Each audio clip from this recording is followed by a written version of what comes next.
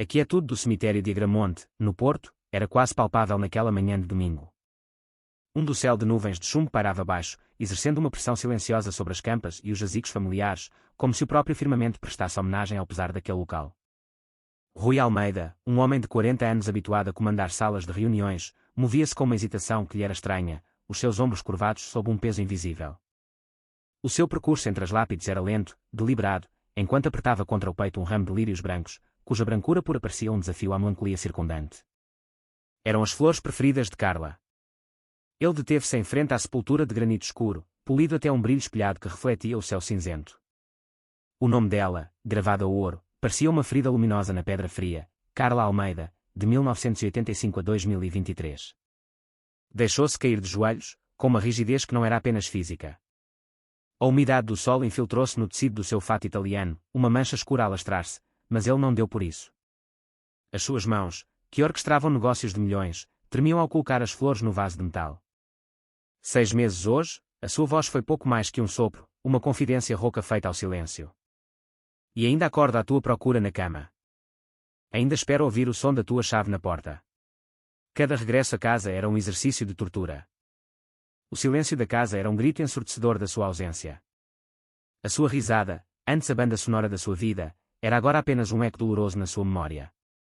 Deslizou os dedos sobre a fotografia incrustada na lápide, o rosto sorridente de Carla, os seus olhos escuros repletos de uma vitalidade que a morte não conseguira apagar da imagem.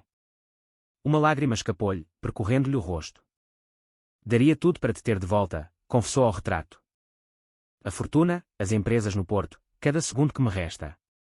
Nada disto tem valor sem ti. O vento agitou as folhas das árvores centenárias, o único som a preencher o vazio deixado pelas suas palavras.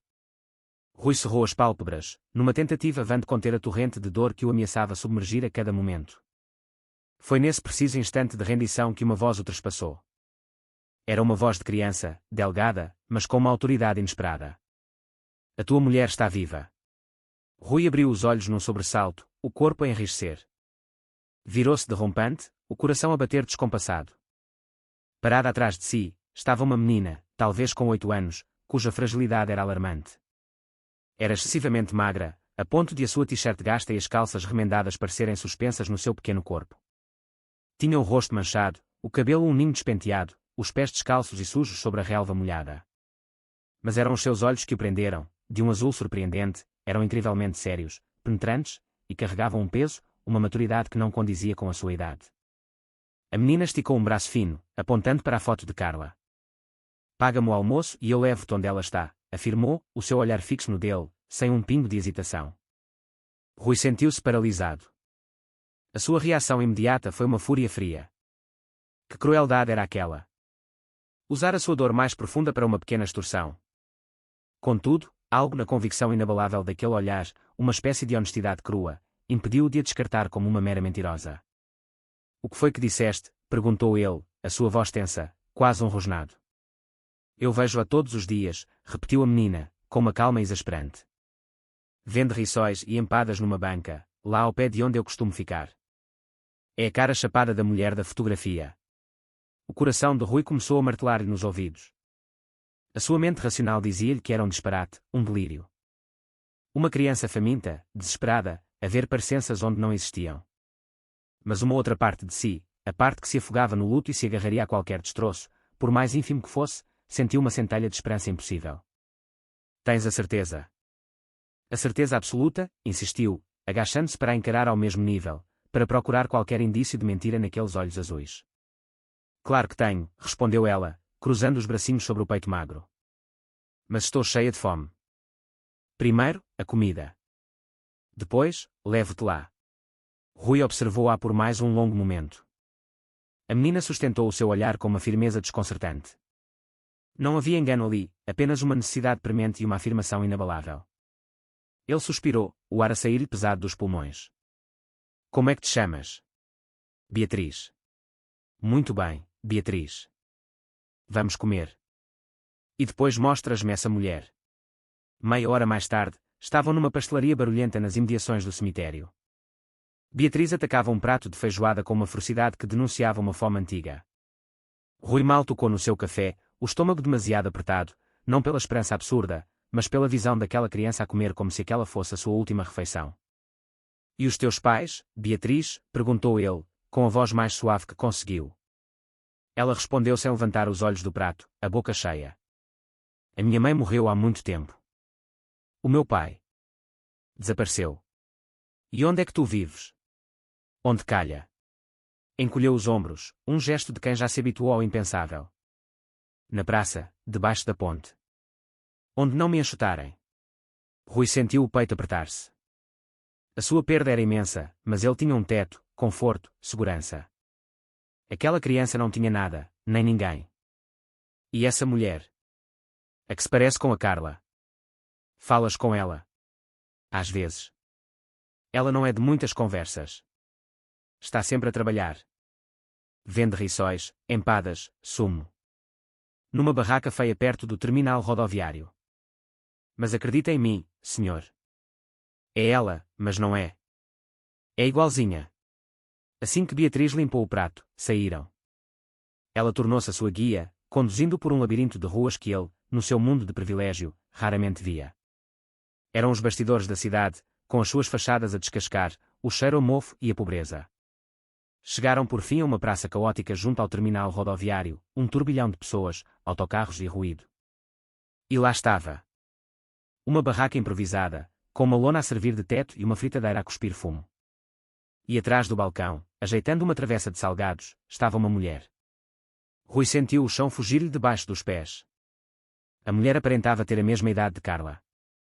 O cabelo escuro, apanhado num coque desalinhado, o rosto vincado pelo cansaço, mas a estrutura óssea. Era a de Carla. Havia uma aspereza nos seus movimentos, uma ausência de leveza que Carla sempre tivera, mas os olhos, a boca, o queixo. Era como olhar para uma versão alternativa e brutalizada da sua esposa. Impossível, sibilou Rui para si mesmo. A mulher sentiu o seu olhar e virou-se. Os seus olhos encontraram os dele e, por um segundo, o mundo pareceu parar. Viu-se confusão no seu rosto, e depois irritação perante aquele estranho bem vestido que encarava como se tivesse visto uma assombração. Diga, disse ela, a voz rouca e impaciente. Rui deu um passo em frente, o som do seu próprio coração a abafar o barulho da rua. Desculpe-me.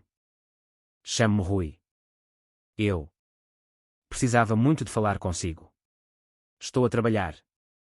Se não é para comprar nada, dê licença, respondeu ela, virando-se para a fritadeira. Por favor, a voz de Rui saiu suplicante, com uma intensidade que a fez parar. É sobre a sua irmã. A mulher ficou imóvel. Muito devagar, voltou a encará-lo. A irritação dera lugar a uma desconfiança temerosa. Eu não tenho irmã nenhuma. Tinha, corrigiu Rui, a voz baixa. Foram separadas à nascença. Você não sabia. O óleo na fritadeira crepitou. A mulher estendeu o braço e desligou o gás. Quem é você? Perguntou, e desta vez a sua voz tremeu. Sou Rui Almeida. Eu era o marido da Carla. A Carla faleceu há 6 meses. Um silêncio pesado caiu sobre eles, criando uma bolha no meio da multidão. A mulher agarrou-se ao balcão, os nós dos dedos brancos. Carla, sussurrou o nome como se fosse uma palavra estrangeira. Abanou a cabeça em negação. Não. Isso é mentira. É a mais terrível das verdades, disse Rui. E você? É a imagem dela. Por favor, peço-lhe apenas 5 minutos. Encontraram um banco vago, enquanto Beatriz se mantinha a uma distância discreta, a guardiã improvável daquele encontro. A mulher, Sandra Silva, contou a sua vida em traços breves e duros, um carrossel de orfanatos e famílias de acolhimento, uma existência sem raízes nem afetos. Rui falou-lhe de Carla, da sua vida cheia de luz, e da escuridão súbita da sua morte. Depois, mostrou-lhe as fotografias no telemóvel. As mãos calejadas de Sandra tremiam ao pegar no aparelho. Ao ver as imagens de Carla, feliz, amada, segura, o seu rosto endurecido desfez-se. As lágrimas corriam-lhe pela face em silêncio. Ela teve a vida, murmurou, a voz quebrada, a vida que me foi tirada. Ela não sabia de si, apressou-se Rui a dizer. Juro que se soubesse, teria virado o mundo do avesso para a encontrar. Os dias seguintes foram um turbilhão. Rui contratou uma equipa de investigadores que mergulhou em arquivos poeirentos. A história emergiu, fragmentada e trágica. A mãe, Maria, uma jovem viúva sem apoio, grávida de gêmeas. Numa sociedade impiedosa, Tomara uma decisão impossível. Deu uma das filhas para adoção, rezando para que tivesse uma vida melhor. Carla foi a escolhida pela sorte. Sandra ficou para trás. Maria morreu poucos anos depois, levando o segredo consigo. Os documentos confirmaram tudo. Eram irmãs. Quando Rui apresentou as provas a Sandra, ela desabou. Chorou pela mãe que nunca conheceu, pela irmã que nunca abraçou, por uma vida inteira de solidão. Rui não a conseguiu abandonar. Nos meses que se seguiram, ajudou-a. Primeiro, a modernizar a sua barraca. Depois, a abrir um pequeno restaurante. Deu a Beatriz um lar, uma escola, um futuro. A convivência forjou um laço inesperado. Rui começou a ver para além da parecença com Carla. Via Sandra, uma mulher de uma força e dignidade incríveis. E Sandra via em Rui não um benfeitor, mas um homem de luto que encontrava consolo em cuidar da irmã da sua mulher, um homem que tratava Beatriz como uma filha. Certa noite, no restaurante já fechado, com Beatriz a dormir num sofá enrolada numa manta, Sandra confessou: "Sinto-me uma impostora. Começar a gostar de ti.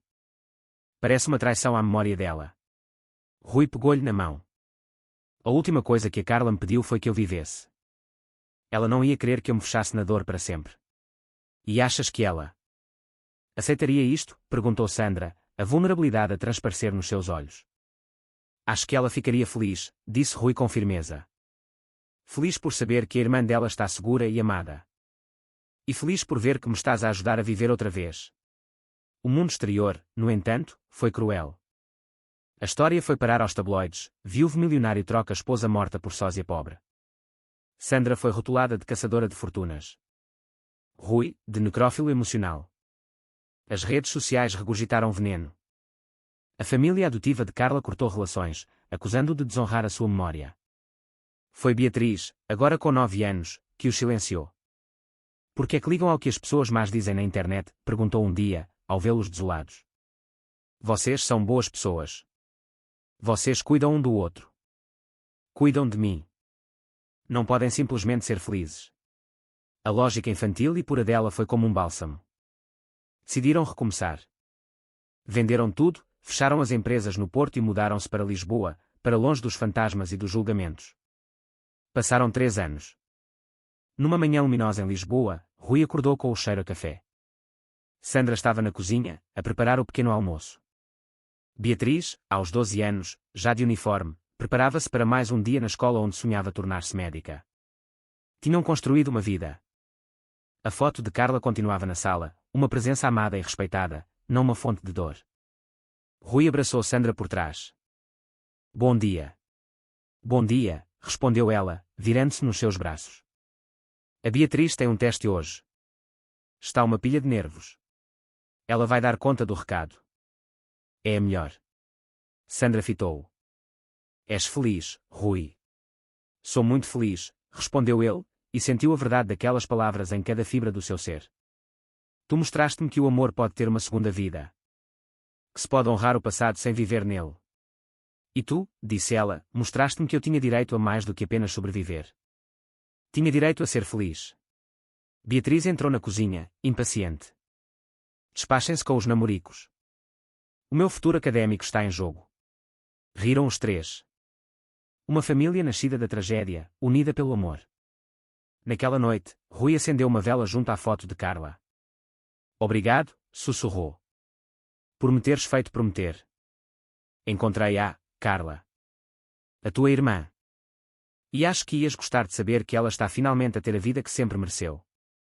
Tal como tu." O vento soprou pela janela, agitando a chama. Rui sorriu. Talvez fosse só o vento. Ou talvez, de alguma forma, fosse a aprovação de Carla. Aquele segredo, que parecia destinado a destruir, tinha acabado por ser a salvação de 3 almas perdidas.